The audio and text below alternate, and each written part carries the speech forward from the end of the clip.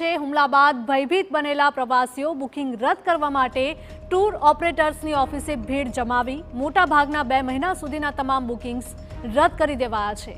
મોટાભાગે અજય મોદી ટૂર્સના 5000 પ્રવાસીઓના બુકિંગ રદ કરાયાની જાણકારી મળી રહી છે। તો પ્રવાસીઓનું માનવું છે કે આતંકી હુમલા બાદ તેઓ ભયભીત છે અને તેના પગલે પ્રવાસ રદ કરી રહ્યા છે। પ્રવાસીઓનું કહેવું છે કે કાશ્મીરમાં માહોલ શાંત થયા બાદ તેઓ થોડા સમય પછી ટૂર પર જવાનો વિચાર કરશે।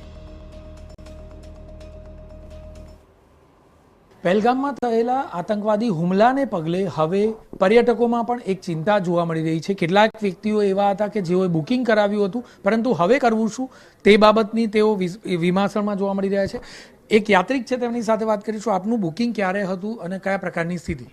અમારું બુકિંગ હતું 8મી તારીખનું અને અમે લોકો ટોટલ એક જ ફેમિલીમાંથી 15 જણા જવાના હતા અને બધું અહીંયા કન્ફર્મ થઈ ગયું હતું। પણ ગઈકાલે જે આતંકવાદી હુમલો થયો એનાથી પરિવારે ડરમાં છે, બાળકોએ ડરમાં છે, એટલે હમણાં તો હવે કોઈ જવાનું નથી। એટલે અમે કેન્સલેશન માટે જ આવ્યા હતા કે અહીંયાથી રિફંડ મળશે કે નહીં। પણ અજય મોદી સાહેબનું કામકાજ સરસ છે અને એમને કીધું કે કોઈ પણ જાતની ચિંતા ન કરો, બધું જ રિફંડ તમને મળી જશે અને તમને ક્રેડિટ પણ મળી જશે વર્ષ દોઢ વર્ષ જ્યારે પણ તમારે જોવું। પણ હમણાં સર સાચું કહું તો કે જવાની ઈચ્છા નથી।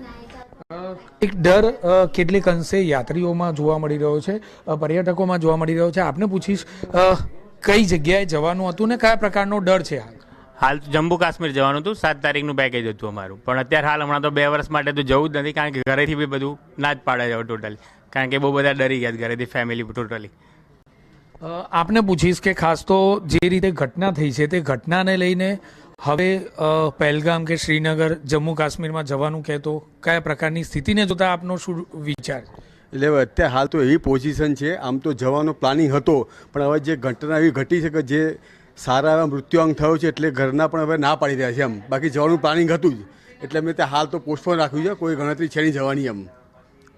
ટૂંકમાં કહીએ તો પર્યટકોમાં કેટલીક અંશે ચિંતા જોવા મળી રહી છે। જે પોતાનું આયોજન અને પ્લાનિંગ હતું તેમાં કેટલીક અંશે તેઓ ચેન્જ કરી રહ્યા છે અને હાલમાં જે ઘટના છે તે ઘટના પણ સુરક્ષા કર્મીઓ કોઈ પણ રીતે વહેલામાં વહેલી તકે કાબુ મેળવે અને ફસાયેલા યાત્રિકોને સુરક્ષિત જગ્યા પર ખસેડવામાં આવે તેવી ચિંતા વ્યક્ત થઈ રહી છે। કેમેરામેન અરવિંદ સોલંકી સાથે જિગ્નેશ પટેલ, TV9 અમદાવાદ। અરે ઘણા બધા ટૂર ઓપરેટર્સ છે અને ઘણા બધા પ્રવાસીઓ છે કે જેઓ પોતાના બુકિંગ્સ જમ્મુ કાશ્મીરના જે બુકિંગ 2 મહિના અગાઉ કરાવેલા હતા તે હવે બુકિંગ્સ રદ કરાવી રહ્યા છે અને જે પણ ટૂર સંચાલકો છે તેઓ પણ તેમને સહકાર આપી રહ્યા છે અને રિફંડ પણ આપી રહ્યા છે। જમ્મુ કાશ્મીરમાં આતંકી હુમલા બાદ ટ્રાવેલ સંચાલકો ચિંતામાં મુકાઈ ગયા છે, કારણ કે 2 મહિના અગાઉના જે બુકિંગ્સ કરવામાં આવ્યા હતા એ તમામ રદ કરવા માટે લોકો છે તે અહીંયા આવી રહ્યા છે। કોરોના બાદ વધતા કાશ્મીર પ્રવાસને હવે માઠી અસર થઈ શકે છે। કોરોના બાદ મોટી સંખ્યામાં સહેલાણીઓ કાશ્મીર પહોંચતા હતા।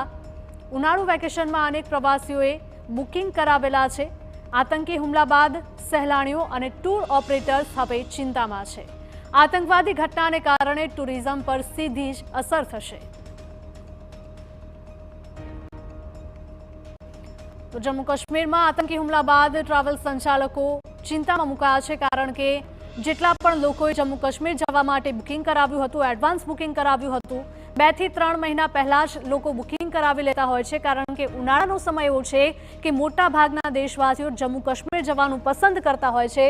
પરંતુ આ જ સમયે આતંકી હુમલો થયો અને લોકોમાં એક ડર બેસી ગયો છે। તેઓ પોતાની સુરક્ષાને ધ્યાનમાં રાખીને, પરિવારજનોની સુરક્ષાને ધ્યાનમાં રાખીને જમ્મુ કાશ્મીર જવાનું હાલ પૂરતું ટાળી રહ્યા છે અને ત્યાં પરિસ્થિતિ કાબૂમાં આવે, વાતાવરણ સારું થાય ત્યારબાદ જ જશે તેવું લોકોનું કહેવું છે।